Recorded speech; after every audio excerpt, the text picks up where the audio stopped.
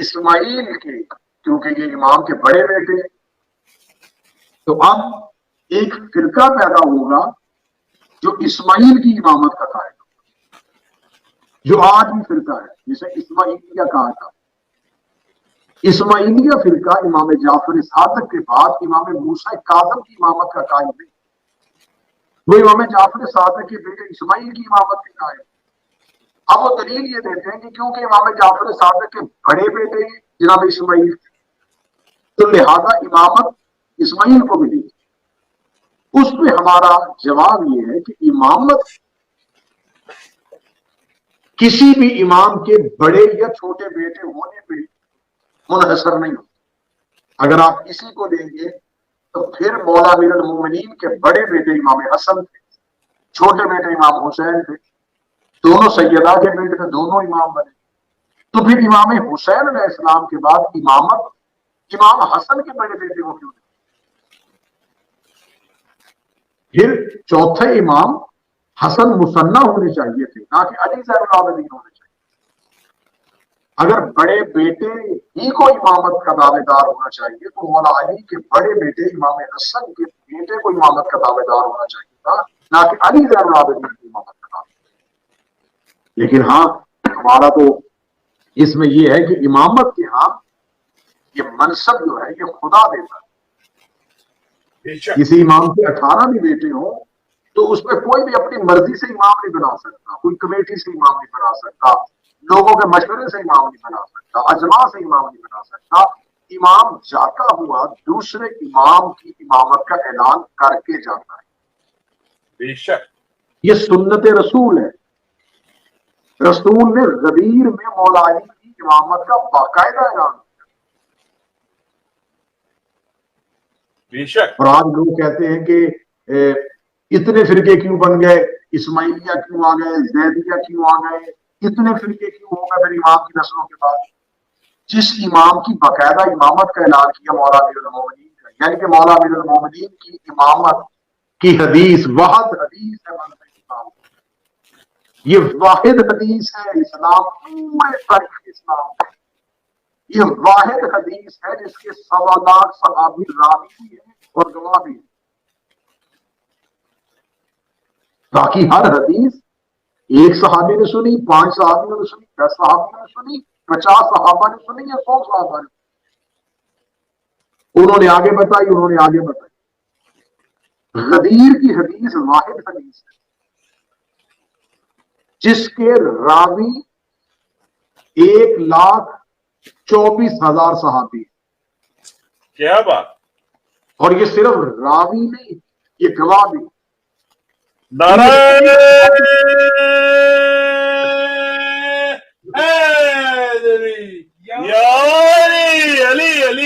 میں سے ایک صحابی نہیں کہہ سکتا کہ یہ میں نے کانوں سے سنی ہے، آنکھوں سے نہیں دیکھا۔ غدیر واحد حدیث ہے جو 1.25 لاکھ صحابیوں نے آنکھوں سے دیکھی ہے اور کانوں سے۔ تو جو 1.25 لاکھ صحابہ نے آنکھوں سے دیکھی، کانوں سے سنی، آج مسلمان اس حدیث کا انکار کر گئے۔ تو اب کیونکہ موضوع سرکار امام موسیٰ کاظم، جناب اسماعیل امام صادق کے بڑے بیٹے، یہ امام صادق کی زندگی میں دنیا میں امام صادق کے دن کا جنازہ لے کے قبرستان کی طرف جا رہے تو 7 مقامات، 7 جگہوں پہ امام صادق نے جنازے کو روکا، روک کے میت کو زمین پہ رکھوایا اور رکھوا کے لوگوں کو دوبارہ کفن ہٹا کے چہرہ دکھایا۔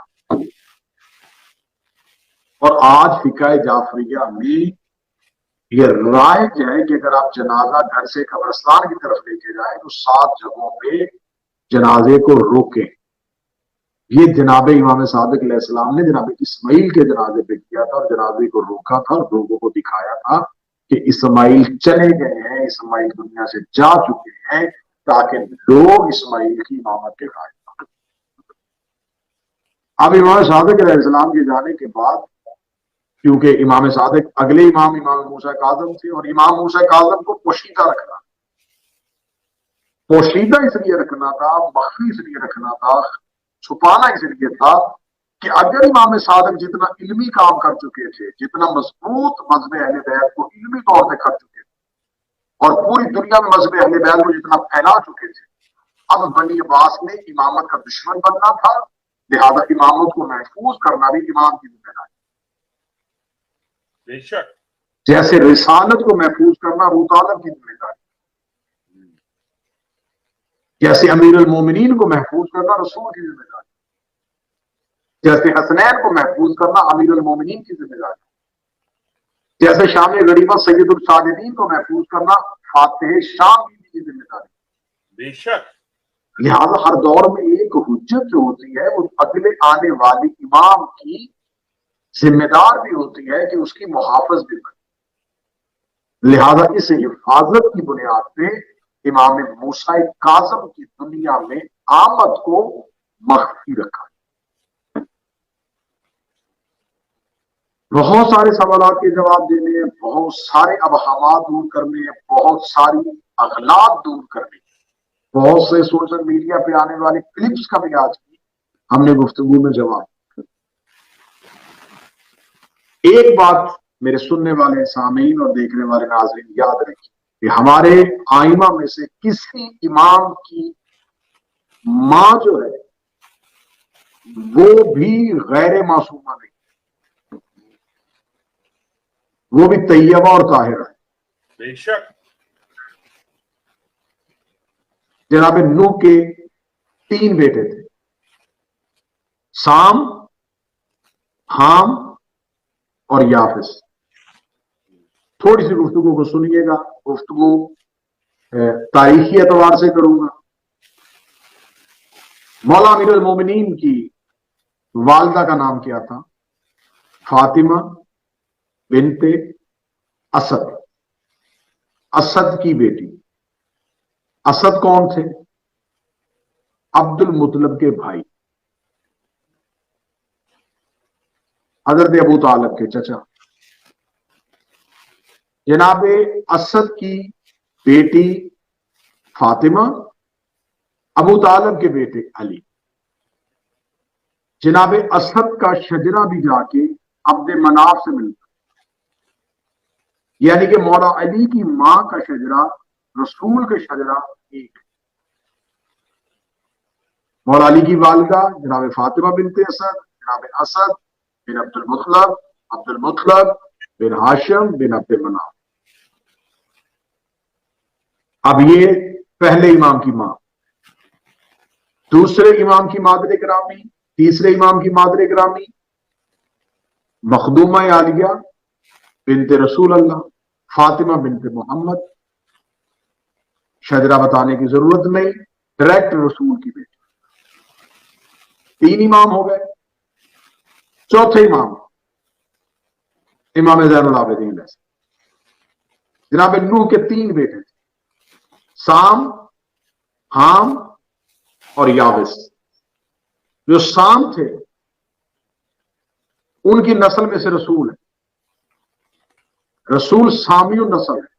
جناب نوح کے بیٹے سام کی جو نسل چلی تھی اسی نسل سے رسول کے آباء و اجداد ہیں اور پھر رسول۔ جو جناب نوح کے دوسرے بیٹے تھے حام، جناب حام جو تھے، جو جناب نوح کے دوسرے بیٹے تھے، ان کی نسل چلتی ہوئی حام کی اولاد میں نوشیروان عادل ایران کا بادشاہ، نوشیروان عادل کا بیٹا خسرو، خسرو کا بیٹا یزدوجرد اور یزدوجرد کی بیٹی شہربانو۔ سبحان اللہ۔ سام کی نسل سے رسول، حام کی نسل سے نوشیروان عادل، نوشیروان عادل کی نسل سے بی بی شہربانو۔ تیسرا بیٹا نوح کا یاوس، یاوس کی نسل جتنے بھی حبشی ہیں یہ سارے نسل یاوس ہے، اور یاوس کی نسل میں آ جاتا ہے شاہ حبش۔ شاہ حبش کی بیٹی حفیظہ۔ اب تینوں رشتے اکٹھے ہونے لگے، سام، حام، یابس۔ سام کی نسل میں سے رسول، حام کی نسل میں سے بی بی شہربانو، یابس کی نسل میں سے بی بی فضہ۔ حسین سام کی نسل میں سے، بی بی شہربانو حام کی نسل میں سے، فضا یابس کی نسل میں سے۔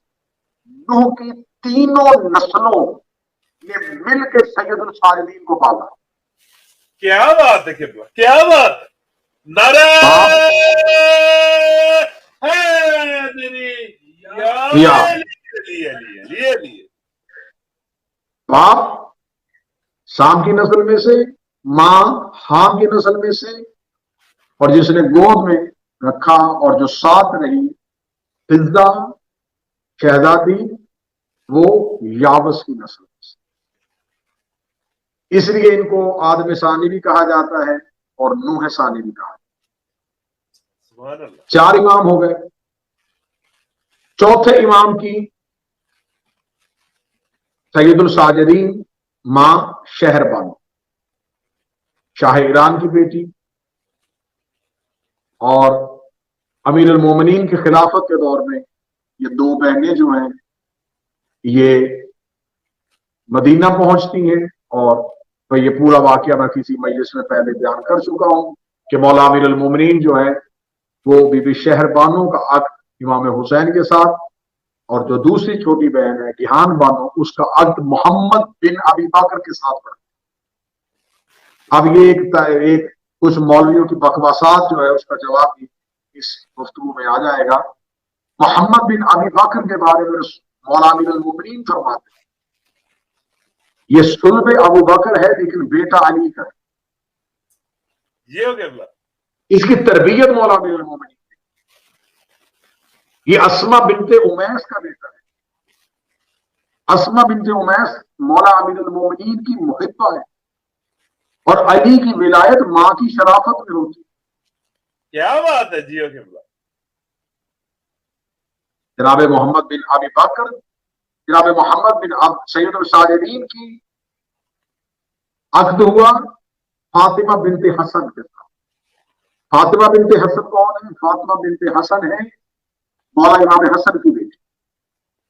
اب یہ 5ویں امام کی ماں تک میں شجرہ لے آیا۔ پہلے امام مولا علی، فاطمہ بنت اسد رسول کا شجرا، دوسرے اور تیسرے امام جناب سیدہ ڈائریکٹر رسول کی بیٹی، چوتھے امام شہربانو سامی النسل میں سے اور شاہ ایران کی بیٹی، پانچویں امام کی ماں فاطمہ بنت حسن مولا امام حسن کی بیٹی، ان کی ماں۔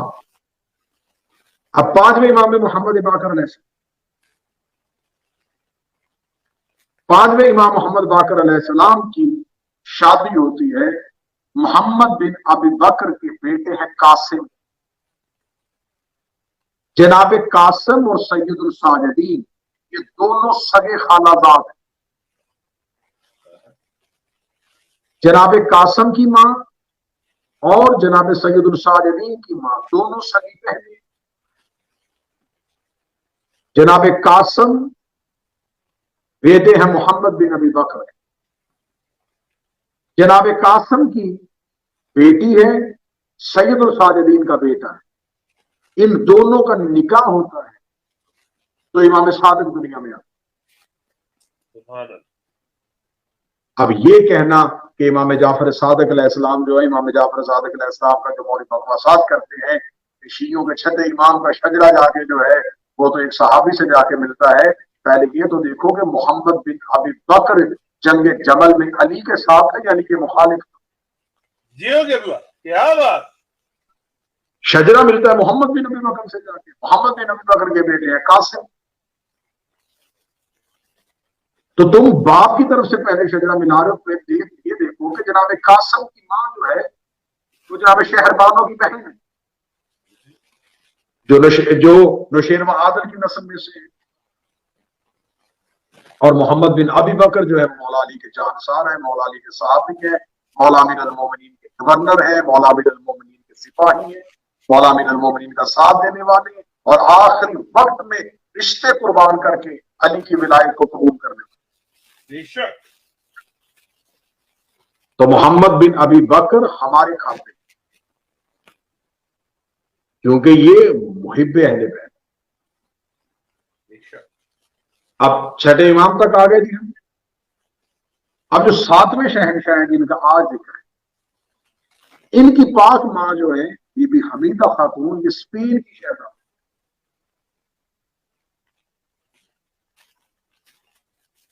یہ جب فتوحات اسلامی ہوتی ہے اس کے بعد یہ بی بی جو ہے یہ پہنچتی ہے، اور امام صادق علیہ السلام جو ہے ان کے لیے قبیلہ بربر سے اس بی بی کا تعلق ہے.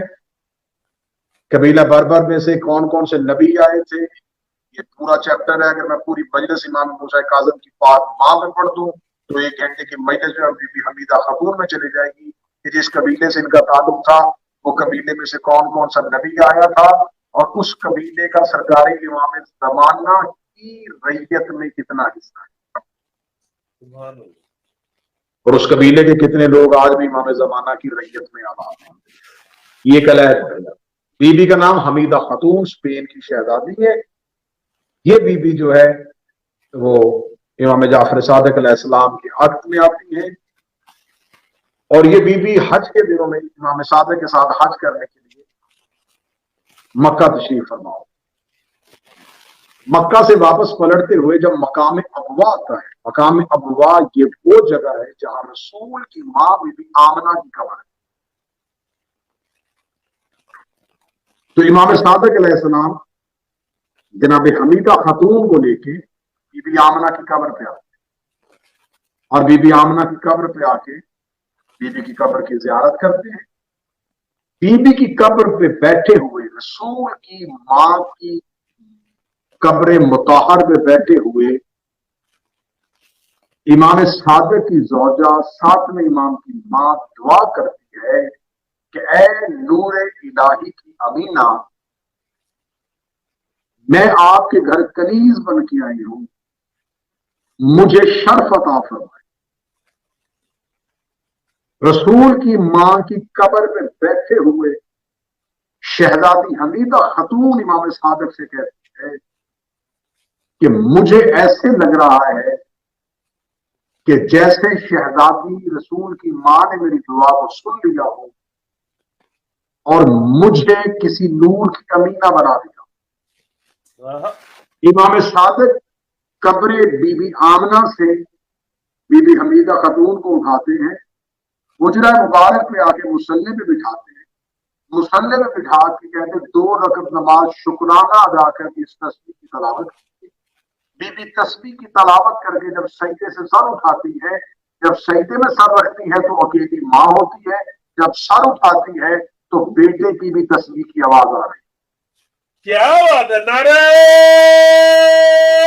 حیدری یا علی علی علی علی. دیو جو اللہ جی.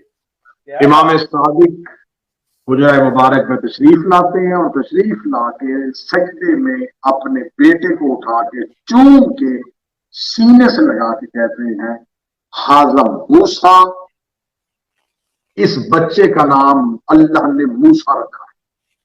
سبحان اللہ. اس سے پہلے موسیٰ نام امامت میں ہے ہی، موسیٰ نام نبوت میں تھا. امام سے ایک صحابی نے پوچھا تھا کہ آپ کے فرزند کا نام موسیٰ کیوں ہے؟ فرمایا وہ موسیٰ بھی جادوگروں کا سحر توڑنے آیا تھا، اور یہ بھی جھوٹی ٹھیکا کے جادوگروں کا سحر توڑنے کے لیے. جیو جی اللہ جی. کیا بات ہے. سبحان اللہ. لیکن اس موسیٰ میں اس موسیٰ میں فرق ہے، وہ موسیٰ غضبان تھا، وہ غضب والا موسیٰ تھا. یہ موسیٰ کاظم ہے، غصے کو پی جانے والا. کاظم کا مصدر قزم ہے. قزم کردی زبان میں کہتے ہیں مشکیزے کے باہر جو ایک تسمہ لگایا جاتا ہے جو مشکیزے کے پانی کو روکتا ہے اسے قزم کہتے ہیں. یہ کاظم کا مصدر ہے، یہ کاظم کا منبع ہے. جو مشکیزے کے پانی کو روکے اسے قزم کہتے ہیں، جو جلالت الہی کو روکے اسے کاظم کہتے ہیں. کیا بات ہے. نعرہ حیدری یا علی. اللہم صلی اللہ محمد علیہ محمد. جیو گے برا جیو. آئیے میرے شہنشاہ امام ہیں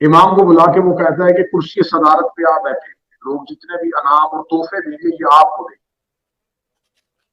امام فرماتے کیوں آج کیا ہے؟ تو وہ کہتا ہے یہ نوروز ہے۔ امام نے فرمایا کہ مجھے میرے نانا رسول کے حدیثوں میں سے اس دن کے بارے میں کوئی حدیث نہیں ملی۔ تو ہارون کہتا ہے کہ فرزند رسول یہ ایرانیوں کی عید ہے اور میرے لشکر میں ایرانیوں کی کثرت ہے، تو میں چاہتا ہوں کہ میرے لشکر کے سپاہی جو ہے وہ ناراض نہ ہوں، لہذا ان کے دن کو منایا جائے۔ تو آپ منت قبول کریں، آپ تشریف رکھیں۔ اب بادشاہ کے ذہن میں لالچ کیا تھا، ہارون کے ذہن میں لالچ کیا تھا کہ امام کو میرے دربار میں عید پہ تحفے اور تحائف اتنے ملیں گے، تحفے اور تحائف کہ امام حکومت کے مرغوب ہو جائے۔ اب ہر کوئی آتا ہے امام کو تحفے دے رہا ہے، تحفے اور تحائف کا ڈھیر لگ جاتا ہے۔ جب ڈھیر لگ جاتا ہے مال دنیا کا اور لوگ آ کے امام موسیٰ کاظم کو مل رہے ہیں، تو شام کے وقت ایک بوڑھا دربار میں عصا کے سہارے تو آ کے امام موسیٰ کاظم کے دستے مبارک کا بوسہ لیتا ہے، اس کے ہاتھ خالی۔ سپاہی بادشاہ کا اس کا کاندھا پکڑ کے ہلا کے کہتا ہے اے بوڑھے، صرف مبارک دے گا یا امام کو کچھ تحفہ دے گا؟ تو وہ فوراً کہتا ہے کہ فرزند رسول میرے پاس دینے کے لیے کچھ نہیں ہے، لیکن میں آپ کے دادا حسین کی مصیبت پہ 4 شعر لکھ کے لایا۔ امام فرماتے اشعار سنو۔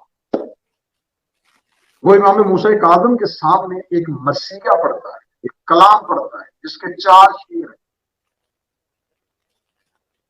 جب وہ اشعار پڑھ لیتا ہے تو امام موسیٰ کاظم بادشاہ کی طرف دیکھ کے کہتے ہیں یہ جو انعامات کا ڈھیر ہے یہ سب کس کے لیے؟ کہتا فرزند رسول با خدا یہ سب کچھ میں نے آپ کے لیے کیا ہے۔